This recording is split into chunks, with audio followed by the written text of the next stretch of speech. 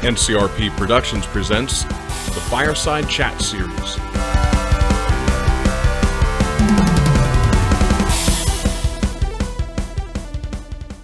All right, let's get right into it. NCRP Productions presents the Fireside Chat Series. This is Barry. This is Pedro. And Pedro, what are we doing?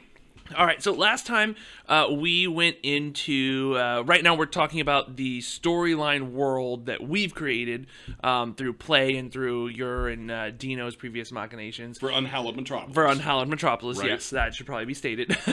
So last time we talked about Dino's world specifically, what he kind of laid down for us. And then this time I wanted to talk about what you have created for your world and kind of showing the past of what we've done and kind of leading up to what we can expect from this new season coming out. Oh boy, are we sure we can get that in a single Fireside Chat? The more we've kind of discussed about some talking points, the more I'm like, well, we'll see. So I think we can. But let's see. So what I wanted to start with, first is I wanted to kind of ask you, like, what did you do to kind of get prepared for running? So Dino had mentioned, oh, well, how about you give it a chance running? You had talked about running. So now, what did you do to prepare? Okay, so for me, the first thing I did, obviously, was read the book, read the backstory, and then read it a second time. As much as I love Unhallowed Metropolis, it is very tiny print, 7 or 8 point print, in light gray on a gray background piece of paper. It's difficult to read. Even in bright light, I have some trouble. But rereading it a couple of times and really trying to get into the meat of what is there. There are some interesting conundrums inside the game, and we'll definitely talk about one before the end of this session. But prepping itself, as I said last time, I had been running Rippers. I've done 7C. I'd done a couple of alternate Earth games with odd magic or horror kind of feels to it. So I didn't feel like I was completely out of my element. And with Rippers, I had actually even gone into the Victorian side. So I went back and revisited my history lesson, which I have picked up from the Teaching Company. It's an online service, and they produce DVDs and CDs. The Teaching Company has a series called The Great Courses. And I started with the Victorian Britain course, which is a 3-part course. Really fantastic, gives you a real good insight into that era from the beginning of Victoria's reign until just slightly after her reign. If you are looking for history of any sort, I got to tell you, the Great Courses is the way to go. So I hit on them. Years ago, I had listened to the 4-part series, The History of Ancient Egypt, also from them, and that was part of the storyline that I had going into my takeover. It doesn't really hit you guys, as you know, for quite a few episodes, but when it does hit, it's kind of the lead to what we're going to be playing as we move forward in the coming season. So, in addition to that, I just kind of went through what movies have I seen, what shows have I watched recently, what books have I read, what would have that taint of horror, that zombie component, which I have done everything I can to not make it The Walking Dead. I love the TV show, I love the comic. Hands off to Kirkman for doing it, but I didn't want to copy what he did, so I wanted it to be in some fashion different. And that got me prepped for taking the game. And then, of course, a whole lot of bugging the crap out of Dino.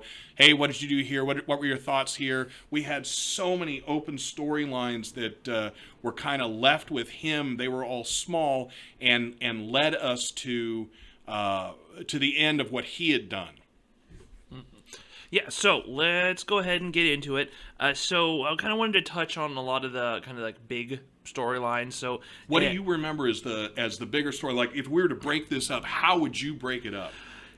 Kind of location to location of our kind of, I don't want to say destructive path, but, you know. We'll discuss the destructive path. Yeah. And so I think after Dino's game, one of the biggest places that we started was with Cambridge, the storyline going into Cambridge. Okay. There was a little bit beforehand, I believe, when Frankie came in.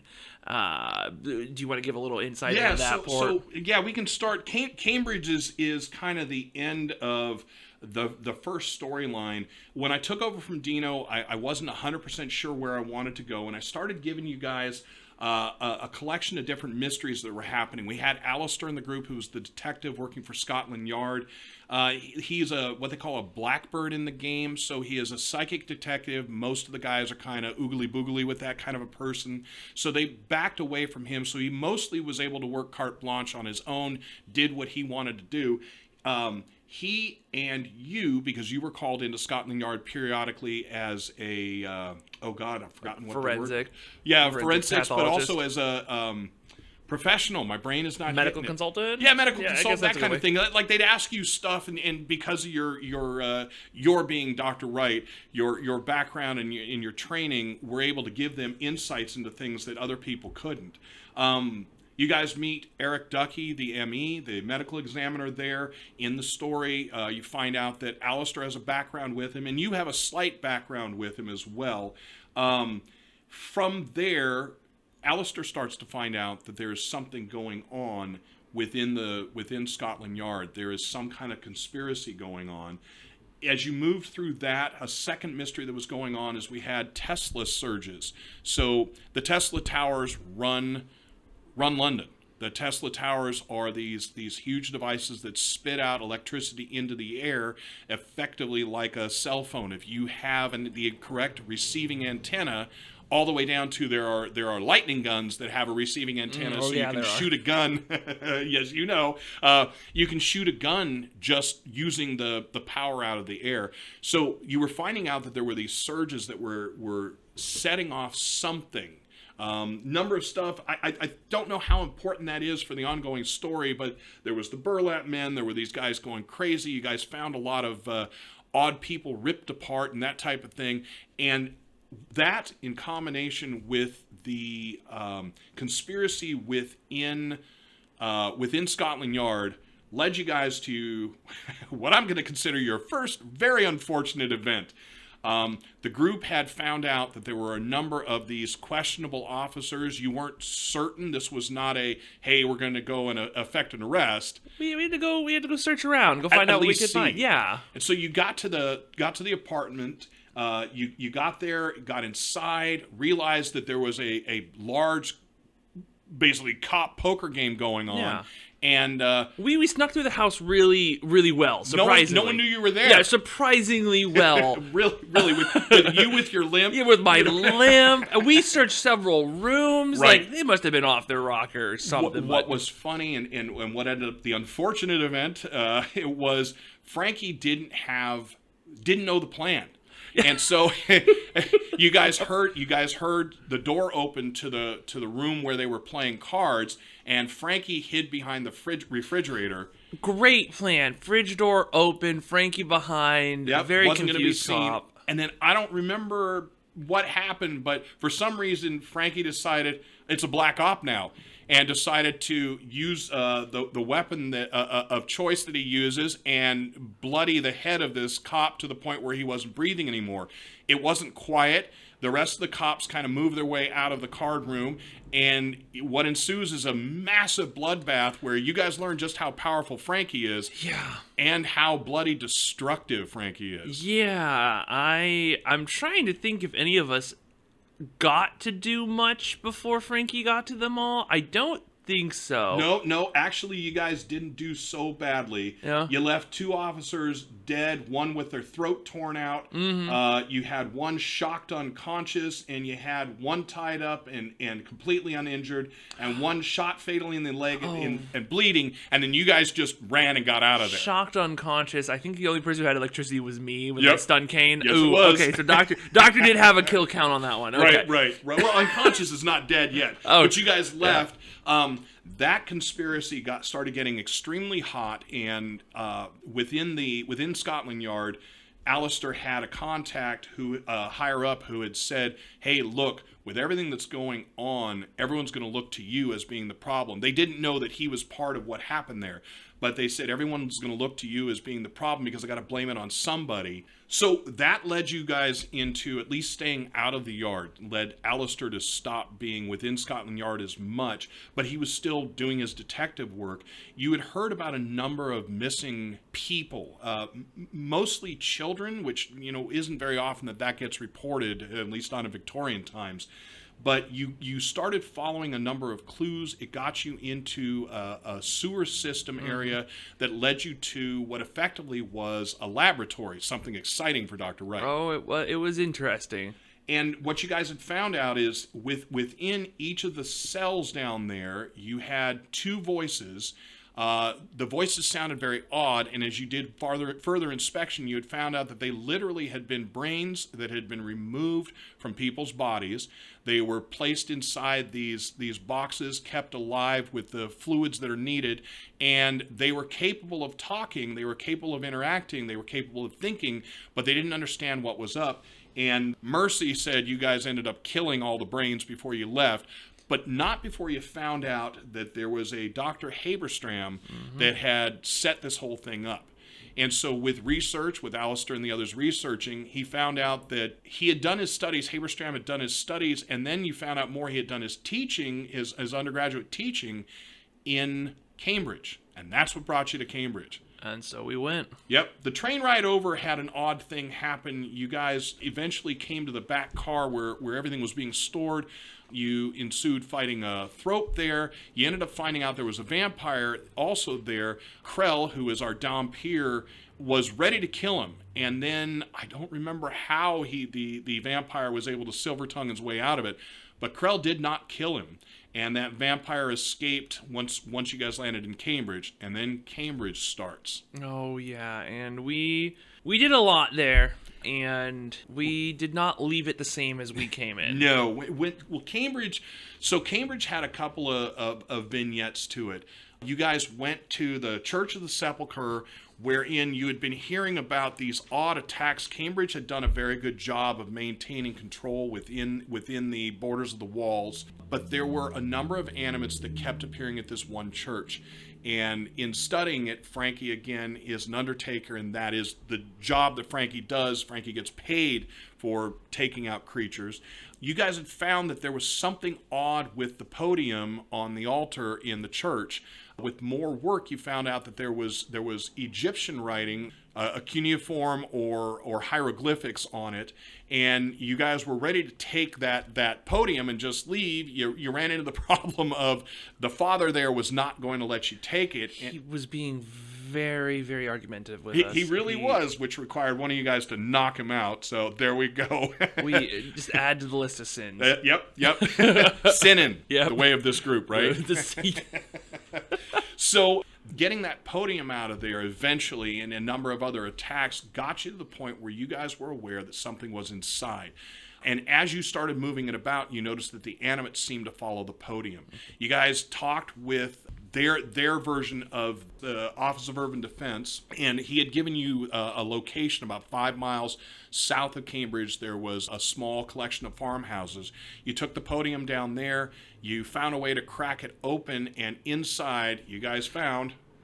First, though, didn't we left it there first and then came back to Cambridge? Before you opened it? Yeah, before we opened it, because oh my gosh, that's right. Because well, there was a big thing that happened. Yeah, so we came back, did a few more things. I believe that was when we came back and actually found out what was underneath Cambridge, because we kind of explored. We found out. Do you want to explain that? Yeah. Well, so what you guys ended up finding out was basically Haberstram's studies. There are a number.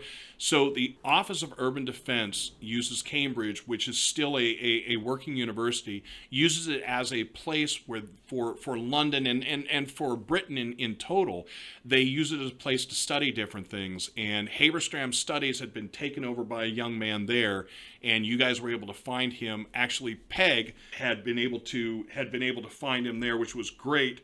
Peg had talked him into showing her around. You found Haberstram's work. What you found out was disheartening. Haberstram's work there which was slightly, you think, later than the stuff that you found back in London proper. He was working with children. Infants. He was taking the brains from infant children because they had, at least as far as you had found out, they had innocence. They didn't know what was out. They didn't fight their environment. This is the only environment they knew. Really horrifying stuff. And again, for the listeners, if you're listening on Unhallowed Metropolis, to us as a group, this is horror as horror is meant to be. It's not blood and guts. I mean, that happens and things get blown up and beat up and crushed and killed, but the horror is really in what people do to people. And in this case, Haberstram has been carving up infants that he's stealing from people and using the brains for experimentation. But you're right. You guys left the podium top out at this farmhouse 5 miles south. Perfectly safe. Safe. Nothing's going to happen. Nothing's ever going to happen to it. It's perfectly safe. And then after we found that, we were like, okay, well, we need to go back and get that because there's clearly something important to it. And what you guys, if you remember, what you guys came onto was somewhere between 1,500 and 3,000. Nobody had a good count, but based on size, animates just swarming around this house. Just a massive swarm. And we said, oof, we should have seen something coming with the fact that they were drawn to it. But you know what? We thought it'd be safe. It would be safe. It's 5 miles south. It's 5 Everything's miles south. in It's Cambridge. in the basement of this little cabin. It's perfectly fine. Now we have to find a way to get from here at the edge of this ring all the way to the cabin. And this is where brilliant stuff happens. You guys realized that the animates were completely unfocused on you, which you had never seen. And Peg says, why don't we just walk across their heads? And we all could not come up with a good reason to say, well, that won't work. And so we did. And it worked. And it worked. We crawled across a massive horde of animates and got to the cabin. Right. So Peg stayed out of it. Yes. If I remember correctly, she went back to Cambridge to specifically get some portion of the Defense Force to come down and help you guys. At the same time, you guys got into the building, had decided, and I think it was your brilliant idea, Dr. Wright, to break open the podium head. Yeah, because we were looking, we were like, there has to be something they're drawn to. And when we looked at it, I remember you described that there was this weird kind of indentation, this little kind of like square, rectangular indentation. And we were like, okay, well, we need to get into that. Well, there's some kind of sealant. So I, being the brilliant doctor I am, made a solvent. Yep. And put that sucker on there. And yeah, we did. And we popped it off. And what did we find? Well, inside you guys found a wrapped in, or effectively mummified, as far as you could tell, a fetus-sized person. Taking it out, you realized that it was animated as well, which is odd because, at least for you guys that knew a little bit about the mummy history, the brain appears to be the component, at least for this game, appears to be the component that drives it. Once you take the head off of an animate, or once you destroy the brain of an animate, it no longer works. So for this thing to be active and alive, it either had to be enchanted, which nobody does magic. Nobody's run into magic. I mean, there's the rumors of France, but nobody's done magic here. So it absolutely had to be a fully intact brain, you figured. And you guys never got a chance to do that because ensuing, Krell grabbed the thing, ran to the top of the house to get you guys the ability to escape, and then brilliantly thought, hey, here's a bunch of mindless animates. I'm going to make a threat. He stuck his gun to the back of the what we eventually called the baby zombie lord, back of the head, and when the zombies didn't clear a path, he shot it, which of course now... what were we doing here? Oh, well, there's a whole bunch of humans over in 5 miles that way. Right. Now that we're awake, now that the animates are not focused on the zombie lord. And we didn't want to have to go and deal with all the zombies, so we just kind of waited a little bit, and we let the horde thin out. There was a few of them left. We took care of them pretty easily, and we made our way back to Cambridge. All right. You say it like nothing bad happened. But now you've got somewhere between 1,500 and 3,000, possibly even more animates from the entire countryside around Cambridge, basically storm Cambridge. The Defense Force is coming down to help you, gets bypassed by them, and gets mostly slaughtered in the process of getting back to save Cambridge. Cambridge sirens go on alert. As you guys are running back, you guys don't go to the south gate, you go to the west gate in hopes of avoiding the zombies. Peg had gotten back just in time, so she left on one of the last trains from Cambridge to London.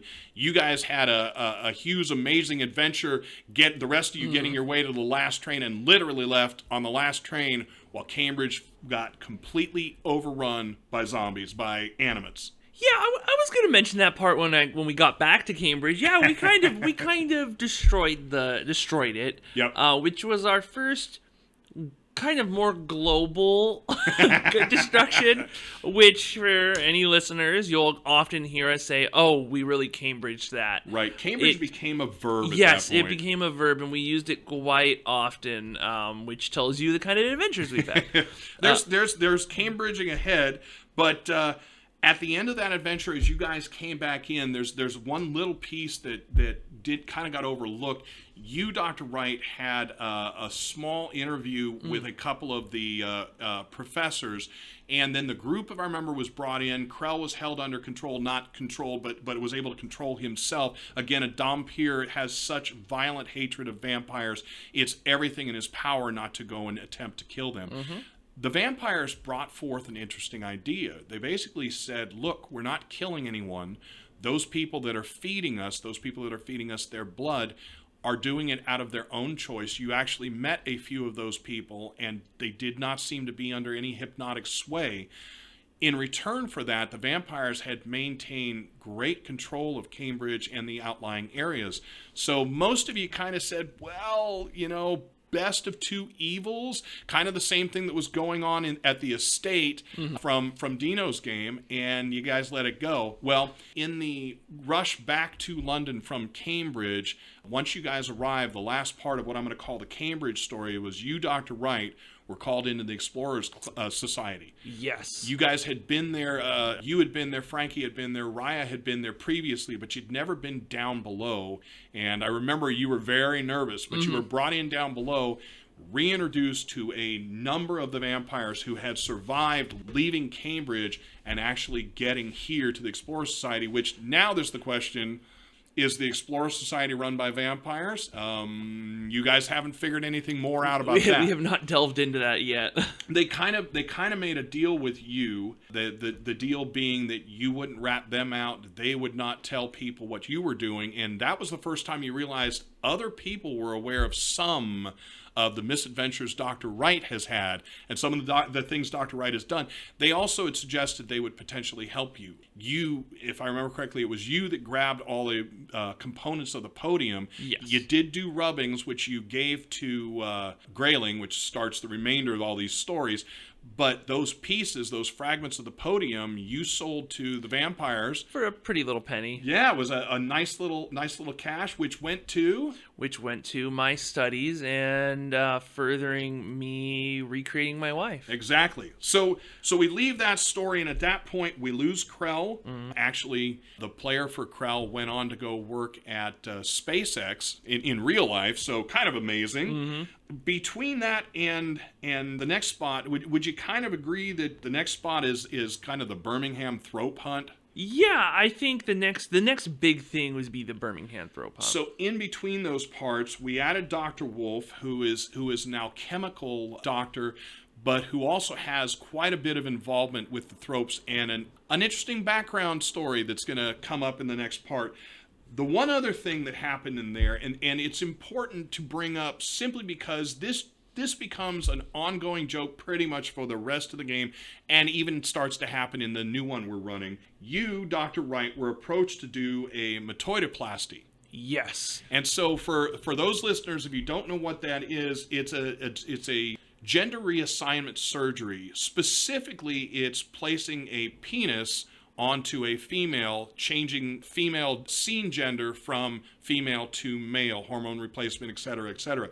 You, however, why everyone else has the issue with it, did it under an interesting process. Yeah, so the doctor is morally ambiguous, I guess. I guess that's a fair statement. That's a fair statement.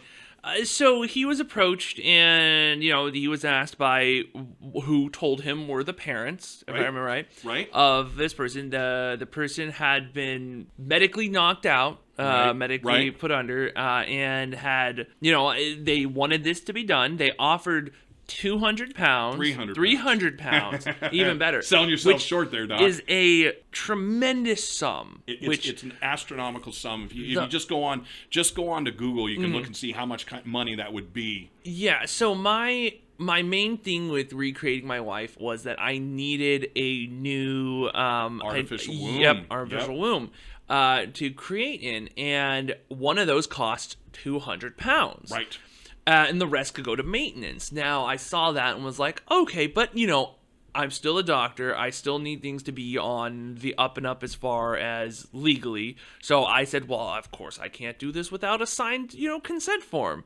They had one. They presented one. And you know what? The doctor said, well, it looks like everything's in order. It's good enough for me, right? It's good enough for me. The doctor... Something though, I'm sorry to interrupt you, but that's important to note is the person the gender reassignment was being done on was a character called Katie Lyman, and she had kind of meandered through the story with you guys. This is a very, very, very high society person, the Lyman family, well placed. It was the parents that approached you, and Katie had done some questionable things. In fact, when you guys were in the, we'll call it the police butchery house, you guys had found pictures that you actually took and destroyed of Katie Lyman in a number of provocative, seductive, and let's just say it, pornographic pictures. So you knew that she had been kind of stepping out.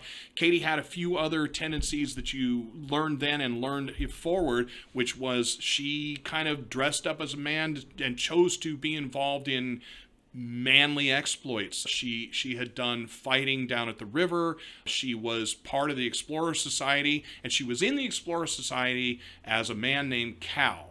You didn't know that at the time, so you finished the work for them.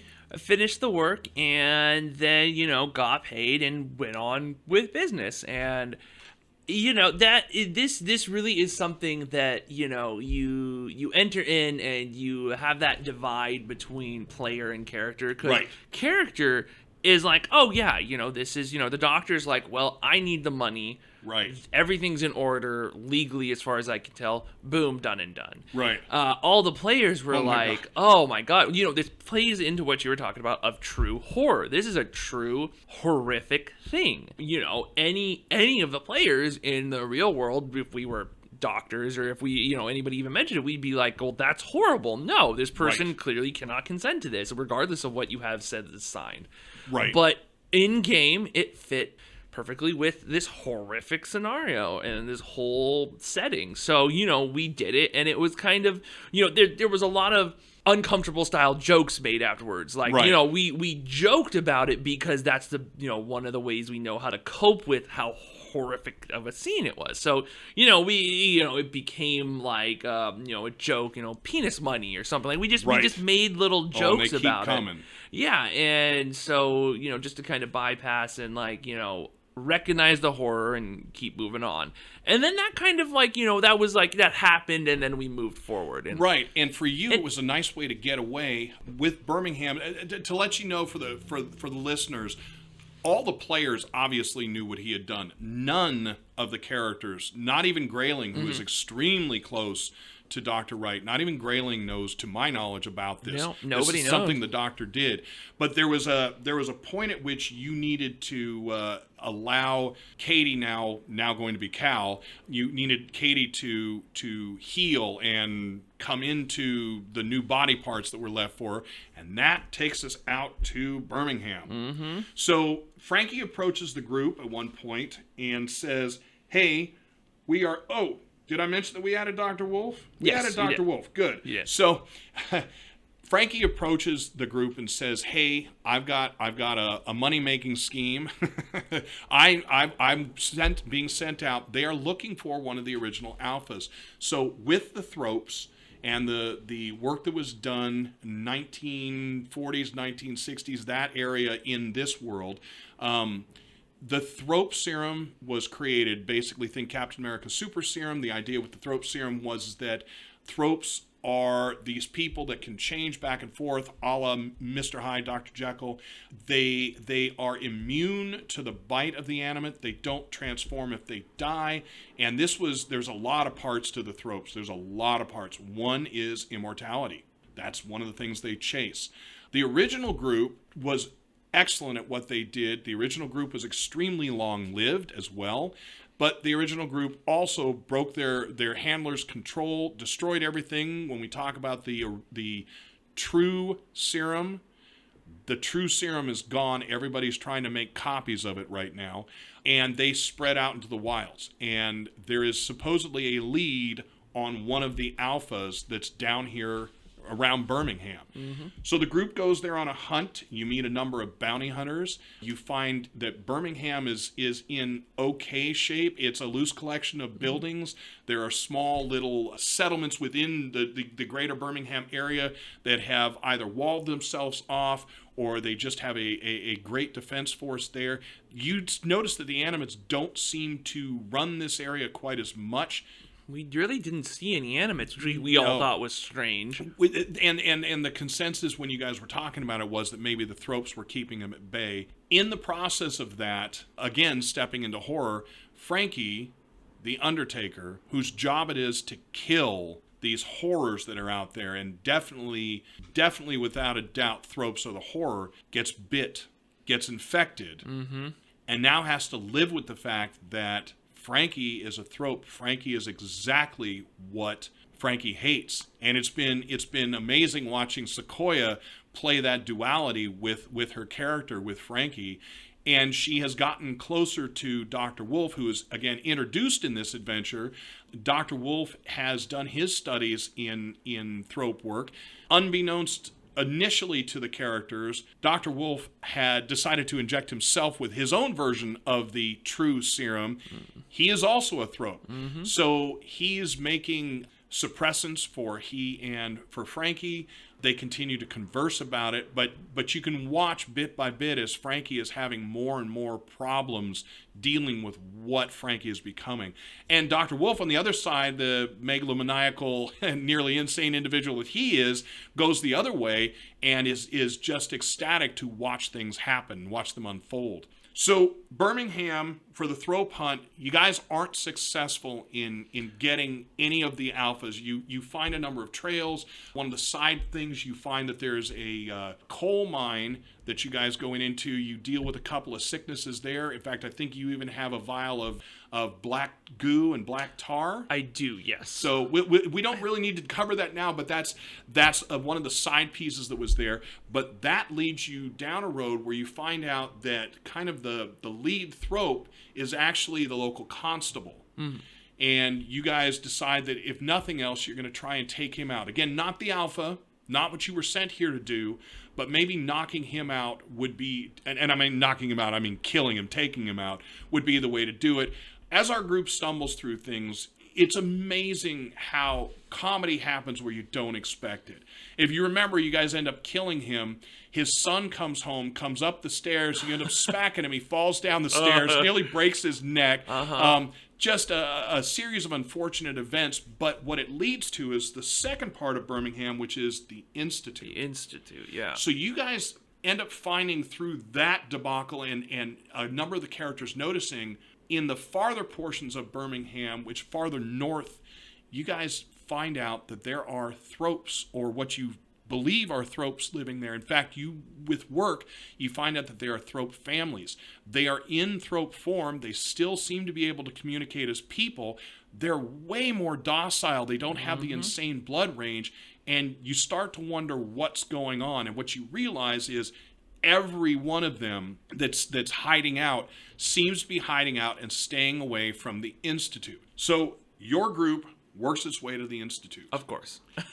Because you can't leave well enough alone. We shouldn't go there? Let's go there. That's where we're going. The Institute itself from the outside looks dilapidated and destroyed. As you get closer, you notice that has been faked in some cases. In areas like locks on doors, bracings, everything is polished and new.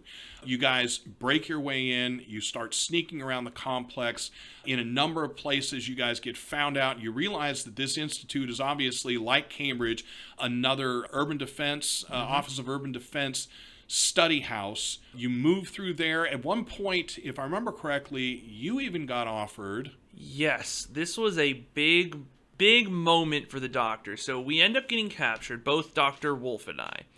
Because we're doctors, and because I actually have renown. I'm a renowned surgeon. People in London Very know renowned. me. And again, Yeah. that goes back to you being called in for as a material witness, Yeah. an expert witness. I mean, I'm very well known. So the head of the institute, actually, I believe it's the head of urban defense there. It's head of urban Yeah. defense in Birmingham. In the institute. So he comes in and he starts talking to us, and he essentially offers us both a job. Now, what really sweetened the pot is as we're looking, and we kind of disguise ourselves surprisingly well going through here, and we find out that they're working on specific technology and alchemical solutions to allow the spirits of the world to be able to be pulled from the spirit world into bodies. And that's right up your alley. Which is exactly, part of what Dr. Wright's thing is not only does he doesn't want to just create his wife. He could do that. He could do that almost, air quotes, easily. His wife haunts him. The spirit haunts him. He sees her pretty periodically. He wants to take her spirit and put it back so he can have his wife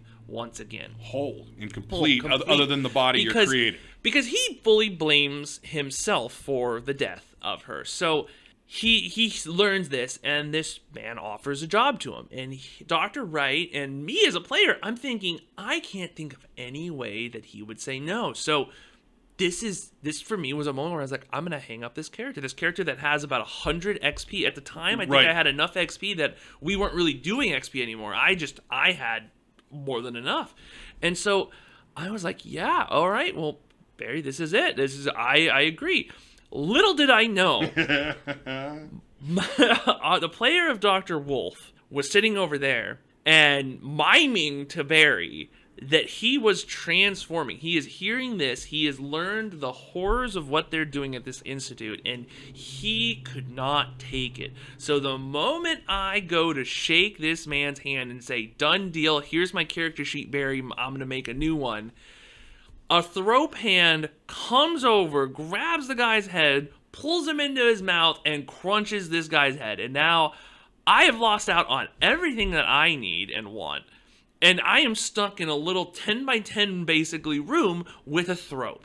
And we and it's not my friend anymore. And we were friends is a loose word at the time anyway. Dr. Wolf, yes. So we do this whole maneuver of trying to get out of the building, because now we're running from the urban defense and more immediately this Thrope, who is also destroying stuff in the urban defense. Right, that's exactly right. And you guys are able to finally, between, if I remember correctly, you and Frankie are finally able to use enough suppressants from his bag to get him to convert back. Yes, that's right. We had grabbed a number of them and each been tacking them into him, a great detriment to our health, but specifically and more importantly, Dr. Wright's health.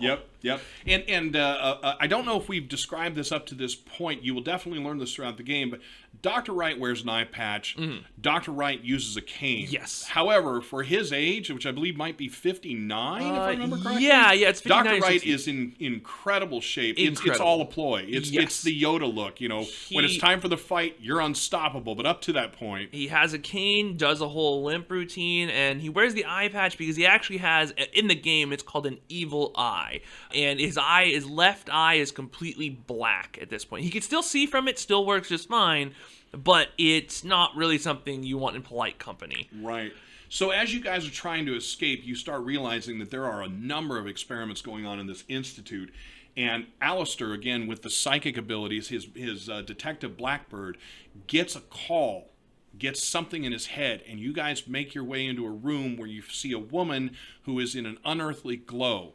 Now, again, there's not magic in the game, at least not officially, again, France being left aside, but there definitely are psionics. And this creature, Alistair, basically tells the group, we can't leave this alive. I mean, Institute or not, it's Cambridging time. It's our time. So we saw the call. So Alistair begins fighting with this creature psychically, and eventually tells you guys, you got to get out of here. I'm not going to make it. Raya, who is a mourner, who has now been pledged to Alistair. She works for the Grayling family. Alistair is a Grayling member. She was bodyguard for Aaron. Aaron didn't want any of that. And she was now tied to Alistair. And also, did you get the feeling, though it was never really said, did you get the feeling that Raya was starting to get personal feelings for Alistair? That's very possible. She hit it well. She did hide it, but I felt throughout the game as we got farther and farther in, there something was blossoming. So she was nearly inconsolable with leaving him, but you guys grabbed her, drug her out, just as Alistair and this creature were embraced in a large, growing, glowing orb around them. You guys barely get out of the room in time before it blows up, burns the room to black, and you guys take a quick peek back in there, and Alistair is gone. And you guys get met by John Russell, who is an undercover agent from an organization that he doesn't disclose to you, by the way, at any point in the game. He's from an organization from London, and he says, come with me if you want to live. Not trademarked or copywritten by us. I just want to be clear. Jolly good, let's go. and you guys leave, and through Birmingham, you guys kind of learn more and more about the urban defense. I mean, now you've done Cambridge and you've done Birmingham, and in both cases, the Urban Defense Force has got these secret labs creating all these things that you don't hear about, not even in the Penny Dreadfuls. I mean, conspiracy theory today gets covered in everything, but back in this time, the calmer minds seem to take control, even though the insanity is there. When you guys get back to London from Birmingham, you guys have a big loss. Peg decides to leave, and Peg's leaving. Sadly, we had no control over it. That's when Dino had passed in the real world. And so Peg leaves the group. You guys now have John Russell, who decides he's going to team up with you guys. He likes what you guys are doing. And you guys leave Birmingham. And if you remember what's next, this is kind of the lead into where we are now. Yep. So after that, we end up taking a trip to Berlin. There's some promising prospects about possibly more Zeppelins. Yeah, so basically what happens with that is we kind of go back to Dino's story, wherein Grayling has been approached by Billings and his wife Mei Ling. You know, it's bad. That goes back and forth, even in my notes. But I do think it's Mei Ling, and Dino, don't haunt me if I'm wrong. So the group has been talking back and forth with Grayling. You actually have to, when you get back to London, you have to go to Grayling to tell him that his brother is dead. He then has to go to his parents and tell them that Alistair has died. But you can see that something's changed in Grayling, and Wright, specifically because he's known him since birth, starts to see that Grayling has lost it. In game terms, his corruption is growing. He's putting more points into the corruption, and he has decided that he has figured out, wait for it, the way to stop the Animates forever. Dun, dun, dun. There you go. So he believes that through the rubbings that you had left him, Dr. Wright, that the answer is in Egypt. So Billings and Mei Ling approach him again. They ever since the crash over in Dover, they've said, was it Dover? We'll just assume that that's what it was because my brain isn't perfect today. After the crash, that they're going to try again. They have another deal worked out with the Prussian military for some of the older Zeppelins, and you guys take a boat ride. You guys head over there, head your way in, and within Berlin, you guys see a place that is militarily perfect. London has stuff going on, but Berlin is rock solid with its military. Berlin is survived by two things. One, perfect formation for the military. Two, air superiority with the Zeppelins that they support and run. In the case of London, it's survived because of its walls, because it does have a lot of people, 1 million people there, the largest city on the earth at this time. And additionally, a huge amount of experimentation going on. Science, technology, part of Dr. Wright's world, those are keeping London alive and keeping America alive too. You guys learn the same situation there, unlike Berlin, who's keeping control by martial law. So on your way from the boat ride into Berlin proper, you guys get attacked by anarchists. You're basically told, oh, it's not a big deal. Your time inside Berlin, as you're getting the Zeppelins ready, you are going to... Grayling's push on Billings, the deal is he wants Billings to take a trip to Egypt. I've got air quotes going. You guys can't see them. Take a trip to Egypt to show people what could be done as far as commercial flight on a Zeppelin. And Billings, desperately wanting to maintain his aristocratic name that is connected to doing this Zeppelin company, agrees to it. So Billings, Mei Ying, and the group of you are set to leave in a few days. Within Berlin itself, a few things happen. You are approached with, from the Vampire Council, as you're starting to call them, from London, you are approached with, they want you to kill somebody. They do. You didn't remember, you didn't know at that time who it was that you were supposed to kill. You meet that person. Wolf meets that person first. That person and Wolf begin talking. This guy has figured out two things. He's figured out a possible direction for the Thrope original serum. He thinks he has found the true serum. But as an offshoot, and more interesting to this guy, is he believes that he has found an offshoot that will kill vampires. You kind of see why the vampire conspiracy is wanting to take him out. I don't know if Dr. Wright ever learns that, but I do know that Dr. Wolf knows that. I think Dr. Wright did learn it because he ended up not going through. He could have. Yep.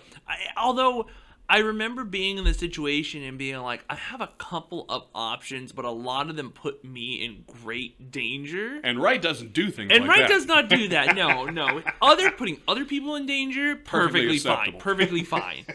Dr. Wright, he's got some thought into that. So I end up not going through it, and it was out of my good moral compass. I know, I see why they want him dead. This might be better for society, although it might not be, actually, based on what we've learned about the vampires and their situation. Who knows?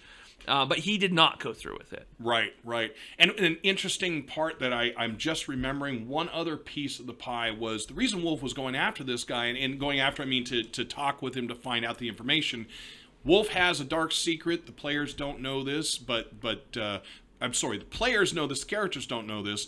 Wolf is known by the Urban Defense Force, at least a few people in it, to be a Thrope. Normally, he would be put down or locked up. He's been allowed to roam free. That piece of blackmail has been held over him for a number of things in his history. The players don't know those things, but he was made a deal. He was asked that when he goes to Berlin, to get any research he possibly can on the Thropes and to bring that research back to London. If he did that and brought promising research back, then in return, his slate would be wiped clean. So Wolf and Wright meet this guy. You guys get the information. As usual, he ends up dying. That's what our group is good at having happen. Not at the hands of our group, of course. Of course. The anarchists start attacking the city of Berlin. It's a coordinated attack, and it actually opens up a piece of the wall, which allows the animates to come in, and you guys need to get out.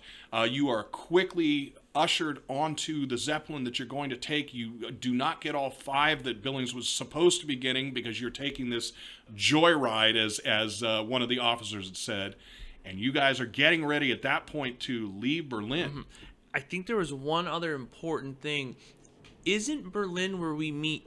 Is this where we meet Cal? Right. That's an important thing. Cal and his bodyguard. Yeah, so and that's kind of... So this is going to be something, and this is something that you will hear kind of the buzz from the other players as the game goes on. So if you remember from earlier just in this talk, Cal is the gender-converted Katie Lyman. Cal is now running around with a character called Marood. Marood is a man from Africa who has been resettled back in London. Marood has an amazing past that you guys are bit by bit learning. But Marood and Cal are traveling together. Cal has now being male and being in the situation that he is in. Cal has embraced it. At some point, you guys hear something like, it's fun to be able to do what I do. The group does not know whether or not Cal knows who the Doctor is. The Doctor, sweating every time Cal is around, also does not know. Because Cal's one thing. I've seen what Cal can do. What worries the Doctor more, because the Doctor is fairly certain that if Cal starts something, the Doctor is surprisingly good with a gun. Surprisingly good with a gun. Yes, he is. He thinks he might be able to get a good shot off and maybe take care of it. He is terrified of what Marud can do. We have seen what Marud can do. We have seen how tactile Marud is. Marud is amazing. I'm pretty sure Marud could probably, if he could not take all of us down himself, he would kill most of us before we killed him. That's definitely the perception. The perception is that that's what worries me. And yes, I don't know if Cal knows, but I'm assuming Cal does. But going on with business as usual. Exactly. You actually get to meet Cal, and I'd forgotten that, but you and Raya and I think Frankie meet Cal at the Explorer Society in Prussia. Yes. And Cal and Marud decide to head out with you because of the anarchists and what is happening within Prussia, within Berlin at the time. So you guys crew up your Zeppelin. The crew is 25 crew members. There are 8 specialists. You guys are told that they are helium extractors. There are 15 Marines. There are 2 cartographers. And there are 10 service people on there. That includes a person that you met actually on the first ride over, Helga. Every one of those people I've mentioned is Prussian. Then in addition to that, there is Dr. Wright, Dr. Wolf, Cal and Marud, Raya and Frankie, John, and that group is what's going to leave on the next part of the adventure, which is the Zeppelin flight. So, leaving that anarchist attack, the group heads out. Now, with the Zeppelin flight, there are a number of things that Grayling asked. There are a number of things that the Prussians on board. So the Prussians are going to effectively fly the ship for Billings to see if it works. Then they're going to have to Billings is going to have to work a deal to train or buy these people. They want to check out, since you're flying anyway, a joyride, as one of them put it, they want to check out the area. So that's the 2 cartographers. So you guys first head to Russia. Yes. Nobody has been over that way. There's not a lot of information from there. As you come closer to Russia, Wolf starts hearing, I believe in his head, Wolf starts hearing a call. As you guys come closer, you notice some odd things. There is a massing, huge horde of animates going in a clockwise direction, walking in circles. As you get closer to the walls of Moscow, you see a second group moving in circles. As you get much closer, there's a mental call out that says, please, welcome, come join us. And you guys are trying to be drawn down into Russia. Number of the crew members get called with this. A few of the crew members actually they pass out from the pain of this head in their head. But as a group, you guys push the captain to turn around and leave. As you leave, the mental voice tells you, come back any time. And you notice that the circling animates seem to follow in the direction that you guys go. A lot of hypotheses were made. This is something you guys may have to check out in the future. One of the big pieces was the name of the person that you guys get. Very big piece. And you get the name Tsar Grigory Rasputin Romanov III. Much of that name is important if any of you guys want to figure out what it is. If you aren't already up on your Russian history, go ahead and Google pieces of that. You'll start to learn where I put the name together and potentially the lineage and heritage of this person. So the group moves away from Russia, now having taken the detour. They're a bit concerned about fuel. The helium extractors let you know that there is a great place to land. They want you guys to land and refuel in Warsaw. There are a number of depot dumps there that they believe will either have helium or will have the ability to convert from natural gas. You guys land there. It's not the best landing. As you come down, you start running out of fuel. One of the engines has problems.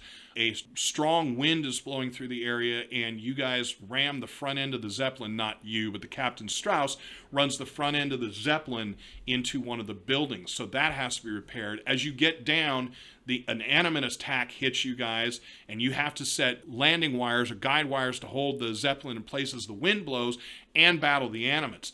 And then, in addition to all of that, you guys have to go out with the extractors to get fuel. So it's odd, and I remember that none of the characters, and now I'm probably giving a little bit away that you guys may not have remembered, none of the characters said anything about the oddity that all 8 of the helium extractors worked together. They went out with Dr. Wolf, I believe it was, and they were broken. There were another number of other groups that were broken up. Dr. Wright, your group found fuel. Raya and Frankie went in a group. They found fuel.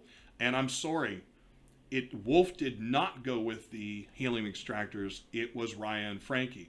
Wright, John, Wolf all found fuel. Frankie and Raya went with the extractors. You guys found fuel, but more importantly, the group of extractors were not focused on the fuel. They were telling Frankie and Raya to load the fuel and start bringing it back. They went after something in one of the buildings. Mm-hmm. Now, I'm not going to tell you what because I don't want to spoil the surprise, but when everyone arrives back, all of the fuel is brought in through the normal cargo hold. The extractors as a group take a large bundle and hide it in a separate room in the gondola for the Zeppelin. At one point in the air, John tries to break his way in there, is met with force from the helium extractors. Again, these are supposed to be scientists. What's going on? Mm-hmm. But he's held out of that room, and it was kind of his mission throughout the flight to get in there. He was never successful in getting in. You guys don't know what is in that sack. I'm sure it's fine. Oh, it absolutely won't be any problem at all. Any problem. So now at this point, you guys need to refuel. You get up, you're flying. The distance takes you across southern Europe, and you're getting ready to cross the Mediterranean. The captain says, you know what, we don't know what we're going to find down in Egypt. Egypt, and Cairo specifically, the story goes, for Londoners, there's been no contact in the last 80 years. Mm-hmm. That's the lead into this story. Part of going down there, of course, for the characters is Grayling's desire to find a number of things. He gives you a collection of sites that he wants you to go check out, and I'll bring those up in a moment. But in addition to that, you guys are going down there to kind of scope out what's going on. John has a specific directive from his organization to find out about the military down there and to find out what happened. Why has there been no contact from London at all to Cairo?